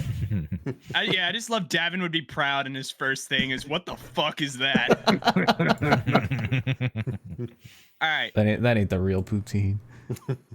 That poor Live belly was Animal stank as Planet. hell, though. Uh-oh, do we have a dog? Fucking Taco Bell. Uh-oh. All right. Uh-oh. Karen Hoffman. Watch out. It's a Karen over here. I get a fucking chicken Chipotle melt, all right? What the fuck is this little turd of a tortilla? Ain't no chicken in there. What do you mean? That's what I mean. There's like nothing in it. Yeah, that looks like a cheese roll-up. I was just gonna say. Look how small this is. What the fuck? It looks like a taquito. Are you gonna join that class action lawsuit against Taco Bell for? Yes. I might. I fucking might after this disgrace What? of a, Why are they getting of a a melt. class action lawsuit? Because they have like those big pictures of like the Gordita Crunch Wrap Supreme. Yeah, it's like false Oh, it advertising. never looks like and that. then like people get it and it's like paper thin. Yeah, that's literally every fast food Dude, restaurant. I just took a bite. This shit is 90% air. Like there ain't shit in there. What the fuck? Tough. I've seen microwave burritos with more filling than that. I don't think I've ever seen a microwave burrito with less. Hold on, I'm unwrapping this shit. What are we? Oh, dude, look, they put this much in it and then just folded it over on itself. That's tough. That's what it That's looks their new bigger. move with the soft shells. They like rolled up the soft shells and put them in the bag. Dude, I've been to a few. Maybe it's I'll me see going fucking- late. Let's see it. There's the spread. Oh, baby. Mm. Maybe it's How much me. does Like- that thing cost? $1.89. Give it to the dog. The dog's like, shit, I'll have it. Like, what you got there? You don't want it? I'll have it. Yeah, she's heard me bitching about it. She knows it's feeding time. That's the way her head just pops into the side of It's like you've been talking an awful lot of shit about that food. I guess it's time for me to eat it. Yeah, I'll take care of Yeah, that hold for on. you. Hold on. Oh, Dude, I've been having some decent luck with Taco Bell recently. Maybe it's just because I always go so late, like when they're close to closing time. But I've been getting some fucking full crunch wraps and tacos recently. They're just like, fuck it, like we need to get rid of the rest of the meat, like before Love we to see close, it. so it doesn't go to waste. well, send your shitty Taco Bell back up there where it came from. That's Can we, Baja Blast? Can we get the dog some food? I just ate 6 tacos in front of this bitch and I didn't give her a bite. And look how depressed she looks now. I know, poor baby. Dog's gonna eat your face. I mean, to be fair, she's already fucking pudgy, so I don't need to be These giving her things too happen. much more You know Taco Bell. You know what's funny about that? That I've seen a video on YouTube of a dog eating a fucking bean burrito in like a quarter of a second. Dude, The dog- Bubba! I love Bubba! Your dog kind of looks a little similar to the dog in that video. Your dog's a much thinner version of that one. Don't listen to I don't know. It's also been a while since I've seen that video, and my memory is not the greatest. While we're on the subject of Animal Planet, can we talk about Cody's animals? Mm. Oh, Uh-oh, I know where tell this the, I know Which- where this is going. I know where Ellie- this is going. It's not Emilio. Ellie, the fat one, the queen. The one who She- does not like to be touched by anyone except for Cody. Yeah, she like hops up on the couch, hops up in my lap, and I'm like petting her and everything. Wow. Yeah, and she's like doing that for about you 15 go from- minutes. Hold and- up, hold up, hold up. 15 minutes. Here, That's got to Talk- be a record. tell this. I think I got one pet in on Ellie, and she's like, "Nah, I'm out of here. We'll be seeing you." Hey, tell this story slowly, Slap, because I gotta send a picture to DT. All right. So she's just like chilling up there, you know, she's purring a little bit. I'm like, okay.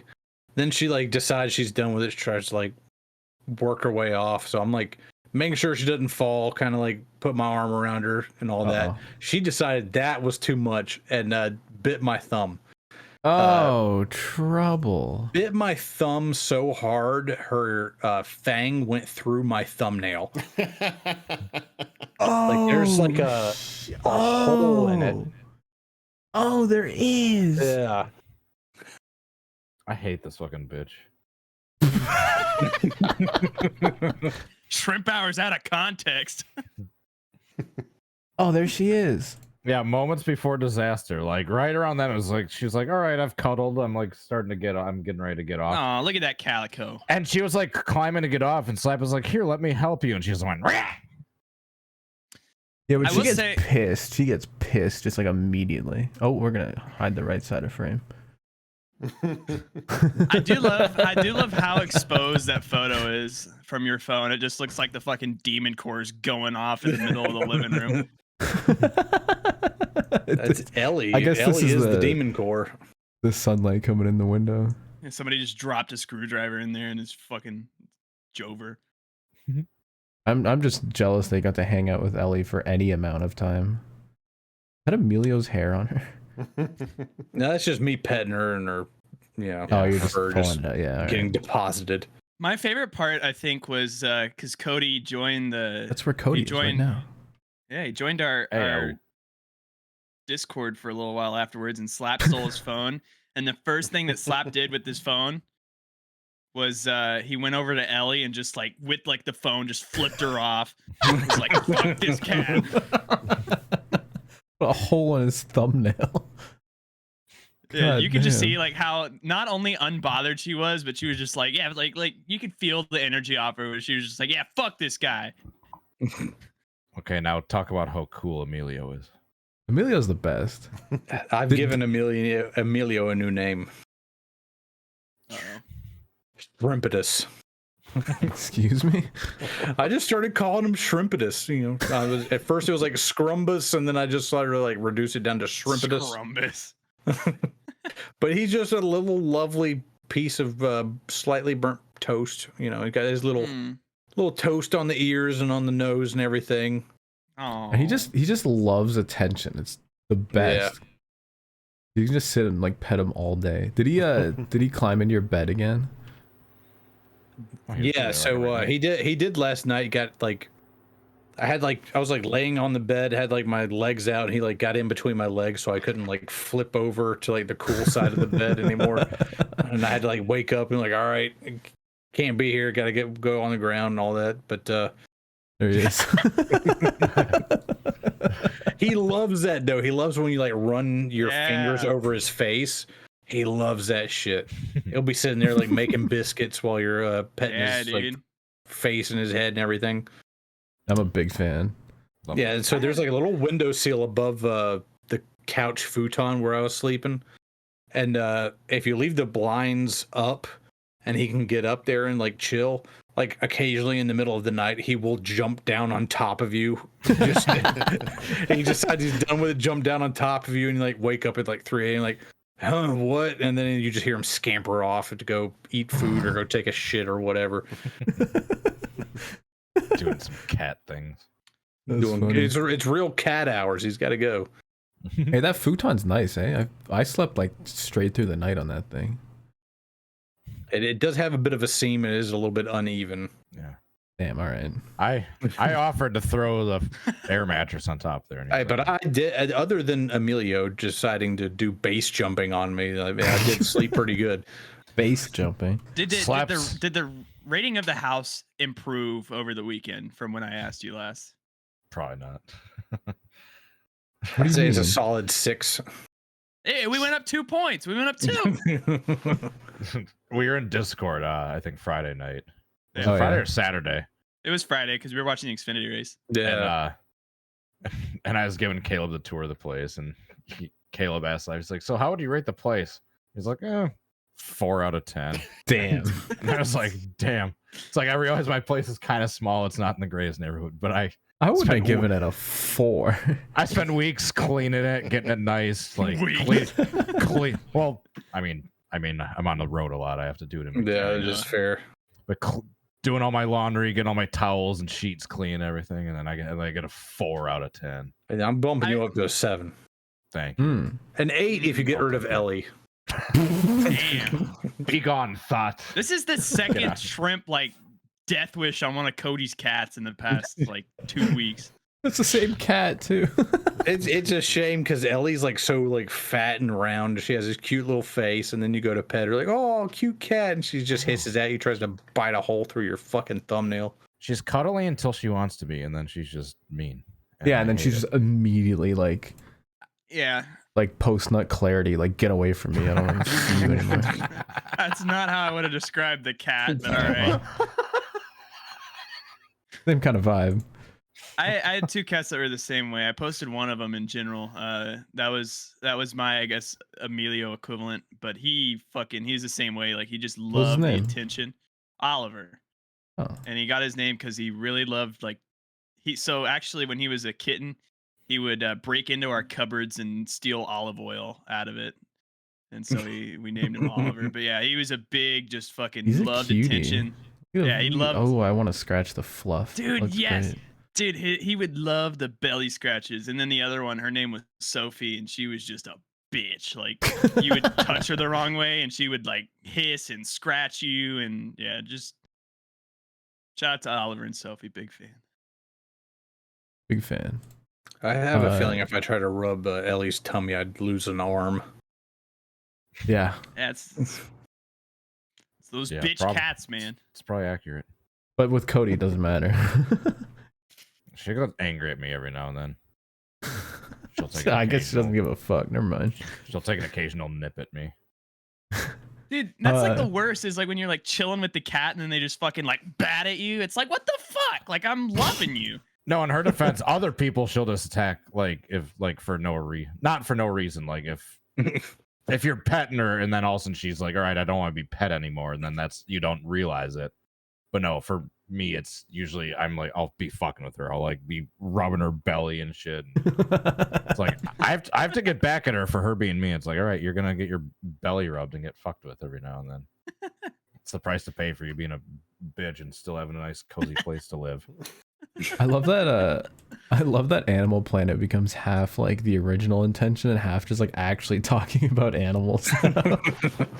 It's great. The real Animal Planet. Oh, Caleb, do you want to talk about this diecast? Oh yeah, dude.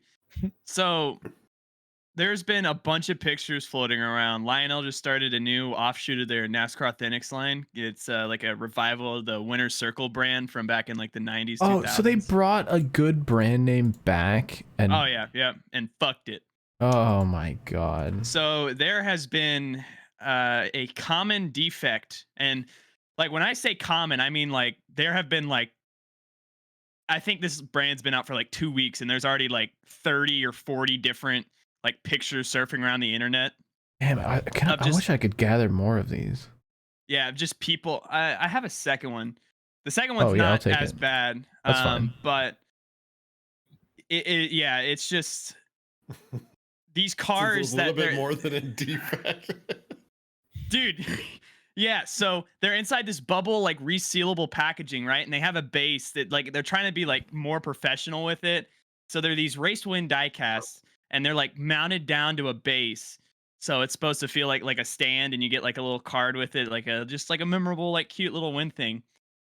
They hit the shelves, and just inside of this bubble packaging, just fucking exploded. Like. Look at this shit. Look at the Gregson car. Just exploded inside this dome. Put the screws through the plastic on the bottom, or they like didn't do the tolerances right. Yeah, like, so like just, the bases are mounted. This looks like a drag car. It's like a crushed pizza party. Yeah, dude, it's just like dude, the body is just like exploded. All the wheels are gone. It's just in 3 pieces, still in the packaging. Yeah, and everybody's just like, what the like, and again, there's like, this is like a well-documented thing, like in the 2 weeks this brand's been out, and it's like everybody's just like, how does this happen? It's Noah Gragson, but it's written in the Rusty Walrus logo font. It's Rockwell. Only you would notice. I also love how off-centered the Zane Smith is on the packaging too. Like they didn't care about centering it. No, like look at the one above. What do you mean? I think it's just left justified, isn't it? Yeah. Noah Gragson's name is just longer. Maybe. What does this mean? 2023 Wave RW01, 2023 Wave RW01. 2023 Wave Race Winner 01. Why does it say it twice? I don't know. That's a good question. I don't know. Free card. Oh, they got it in French. Glad we got. They said on all of them in French? Damn. God bless you. But yeah, just fucking exploded NASCAR diecast. Like you thought we had reached an all-time low. And I'm not one that usually cares. Like usually I'm like, yeah, it's a fucking like Walmart toy. Like who gives a fuck? But like that's like minor like paint chips or like maybe the decals on wrong. No, like the car is just genuinely just fucking exploded in the packaging. It's like detonated in the plastic. fucking Raced demon version. core went off inside the winner circle packaging. Now if they made a Ryan Priest car like that. That joke. That's the Ryan Priest raced version. Just pieces in a bubble. All right, it's time. Sorry. To send them in. Send in your fucking mail. Watch your fucking hand slap. In Whoop your diecast slap. Send them in, guys. Watch your fucking hand slap. I don't give a fuck. I don't give a fuck, You better man. Send in those Wow, emails wow. at this point. Welcome to fan mail. Fan mail. Fan mail. Fan mail. Fan mail. Fan mail. Fan mail. Fan mail. All right.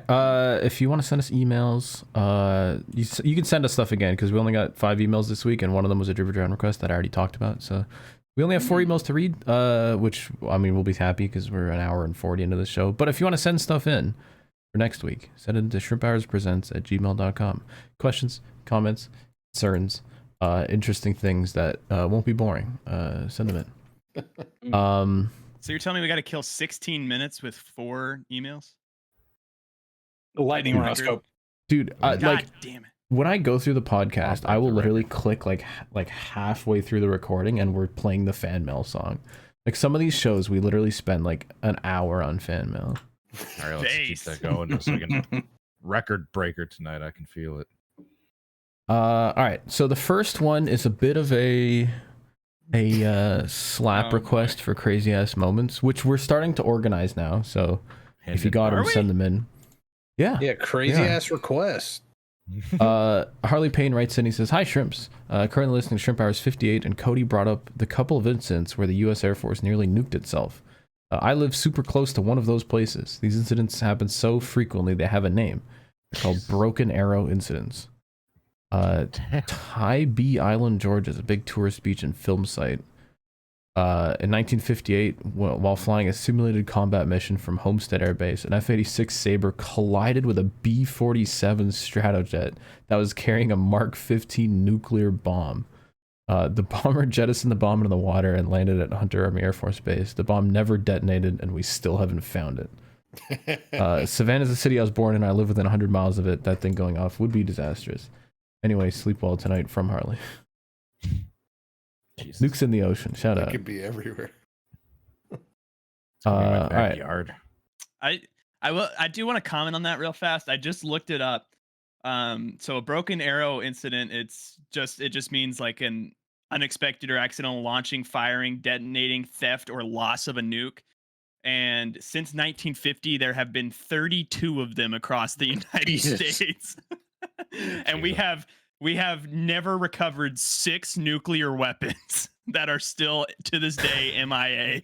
That'd be a slap's crazy ass boys. moment. Yeah. Damn. The Saudis will pay a lot of money for that and get hunting. I'm just saying, we might need to check Slap's dungeon. Yeah, we go I scuba got diving. the 6. We go scuba diving to recover one, and we just get I vaporized. have 2 of the 6. I have the demon core in my basement right now.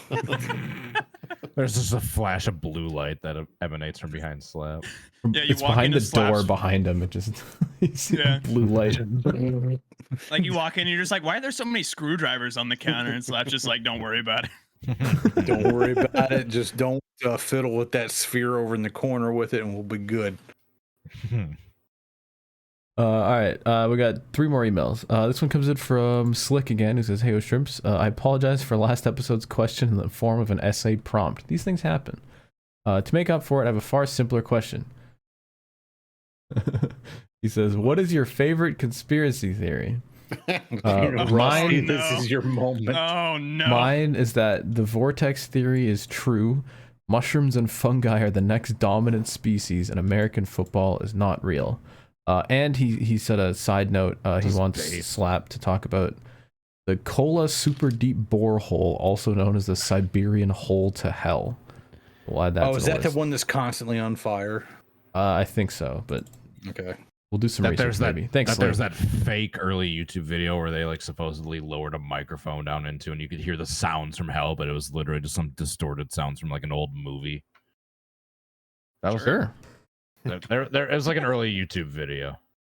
Sounds like a conspiracy theory to me. People. Yeah, for the sake of just to like ensure that we're all here next week, can we skip the conspiracy theory question? I like the next time that I miss an episode, we should do like you guys without me should do the conspiracy episode.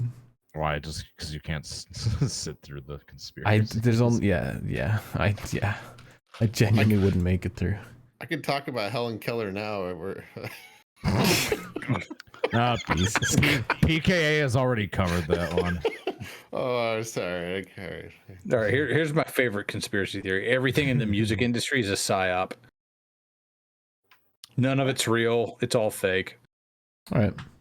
Like, you remember the YouTube trend of like you would play like Black Beatles and like everybody like freeze frame and like nobody would move and like a camera would move through like the whole thing. That was all a psyop. It was a viral marketing agency did all that. It was just to promote the song. They said, "Oh, we're gonna make this go viral," so they did it on TikTok and YouTube, and then everybody else started doing it. It was all fucking fake. Yeah, but that's just because people are like sheep. Like people, like they will just latch on to something like that. Exactly. That's what conspiracy theories are predicated upon. Okay, that's fair. And then there's that guy that made that country song about politicians or whatever. He just so happened to make a YouTube and a Twitter account like 2 days before he went viral. It's all a psyop. I could get on board with that. There was another TikTok trend. It was like some like Euro dance like parody. The dude had like max views of like 500 before this and was around for like 3 years. And then I believe in that. I believe in that. Because he was just like a washed up comedian in New York who just made a funny song, and then a bunch of people started listening to it. It was kind of a banger song. I won't lie. I think he got a ghost producer for it because it's like genuinely a good song. Like it's been stuck in my head for weeks. Well, like what I didn't understand was how little he was, and then the production quality of that music video was like so good. Like it made no sense. I didn't. Well, get it. He went from like a 2 to a 10. He did a really good job of like marketing it. Like I'm sure it wasn't just him. Like I'm sure he had help. But like he had someone like familiar with marketing or music, because the way he released it, where like he put out a snippet of a video and it went viral and people loved it, and then he put out like a snippet again with like a different girl, and then like another snippet like a few days later, and the song release was like set a week behind that. And everyone is like, "Oh my God, where's the original girl? Like, what happened? Like, who are these people?" And then in the like video, he brings back the original, and it was like well thought out and well planned. Yeah, it was a good drop. Does anybody else have any conspiracy theories that they'd like to talk about? Because we're gonna have to move on as soon as I say this one. Oh God, what is it? I want to move on. All politicians are lizards. All right, yeah. What do you got, Cal? Reptilian shapeshifters. All I'm gonna say is the summer of 2000. Michael Waltrip and Dale Sr. got on a boat and things happened after. That is a good conspiracy theory. All right, next question. All right. Well, there's a little bit of schlup going on. Oh yeah, you know it. Oh no. All right. Andrew R from Down Under says, "Oh no." Afternoon, all y'all. As I write this, winter has likely broken and spring is upon us. Oh yeah, he's upside down. Spring is sprung. We also can crown a new champion. Daniel Suarez is the 2023 Big Brass Mug winner. He's the first dude who didn't make the playoffs, which is sad because would have made it if his picker didn't fuck up in Indy, but you know. Yeah. He also apparently did it in 2019 because Andrew keeps track of this stuff for some reason. And he's now a 2-time champion of not making the playoffs along with Newman and Kyle Busch, apparently. Thank you. Damn. Final email comes in from Jack, who says, "Hello, Shrimps. I bought Unpacking because of DT's stream on Friday, and I'm loving it so far. I do want to say real quick, I really enjoyed that game, and Rusty did not pick up on any of the story. And the story was actually like pretty cool to follow along with. What? Was What it? was the story? I'm not gonna spoil it. Caleb wants to Yeah, play it. I'm gonna play this game. Yeah, Nah, I want it all spoiled right now. Here. you can definitely Spill it. talk about it. I mean, it was just cool. Like, there's just you like notice things if you're not rusty, and you like kind of it like lets you put the pieces together to figure out the story. What's the story? I never spoil it. Oh, okay. Anyways, Jack says, I start school tomorrow, and y'all know I'll be listening to this and ignoring everyone on the bus. Based. Anyway, I listened to Slap's video on I Show Meat. I haven't watched that yet. But, as a Zoomer, I'm upset that he's associated with us. I've never gotten him either. Nah, it's based. Thanks to all of you for giving us some entertainment with streams and new videos. We appreciate y'all. Thanks, Jack. Wow. Thank you, will sir. say, can we issue like a content warning on this? Like, A little if bit you're late like for old that. enough to be, I just mean like if you're old enough Oh, to you're be, just- or I guess young enough to be like riding the bus to school, like please don't listen to it. Like you're gonna get brain damage, and it's gonna be lifelong like brain it's damage not that will healthy. never Let's be leave you. honest. Like we are We need a terrible Surgeon people. I don't know if General's you've noticed. warning at the start of the show. It's just like if you have an Shrimp and IQ general above warning. 90, like do not click on this video. Like stop watching. Permanent effects. He also sent a link to a TikTok. This went bad the last time. I still remember that bus. No, this Slap will enjoy this. Oh, and possibly Slap alone. oh no! It's a Oh, molasses no. video. This looks familiar. It's just very Slap. Boston, the 15th of January, 1919. I'd gladly swim There's supposed to be sound. if I had the chance. Can you not hear this?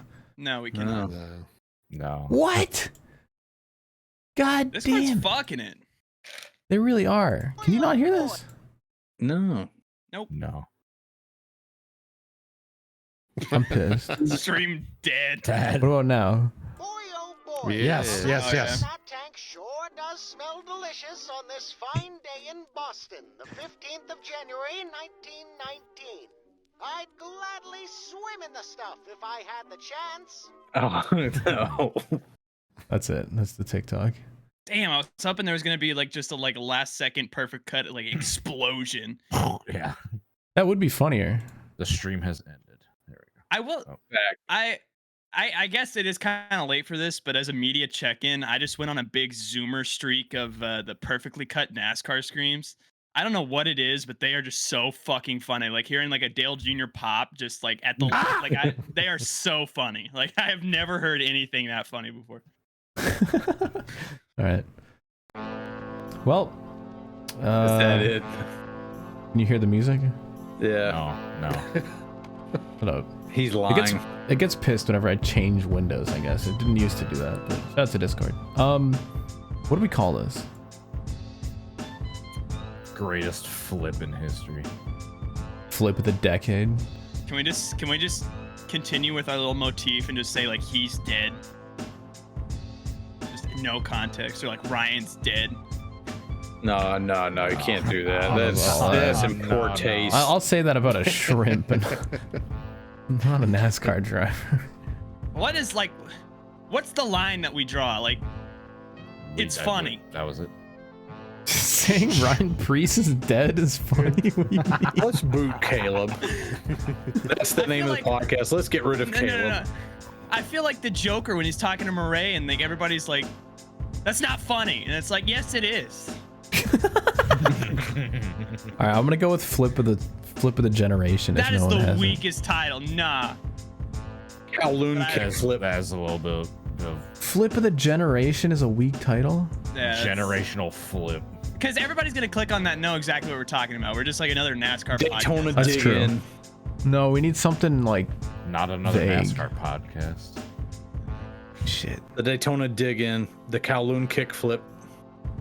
Fuck Ellie. Yeah, but it wasn't Ellie bit slap. Shrimp Hours 59. Slap gets Give him bit. rabies and Slap is deceased. Slap I gets do like bit. I do like Slap bit gets bit. slap. Yeah, I do love it All right. like a bit slap. Slap gets bit. There it is. We'll see y'all never because it's the last ever Didn't get episode. bit by bit though. It was Ellie. Yeah, but you got bit. All right, everyone say bye. Yeah.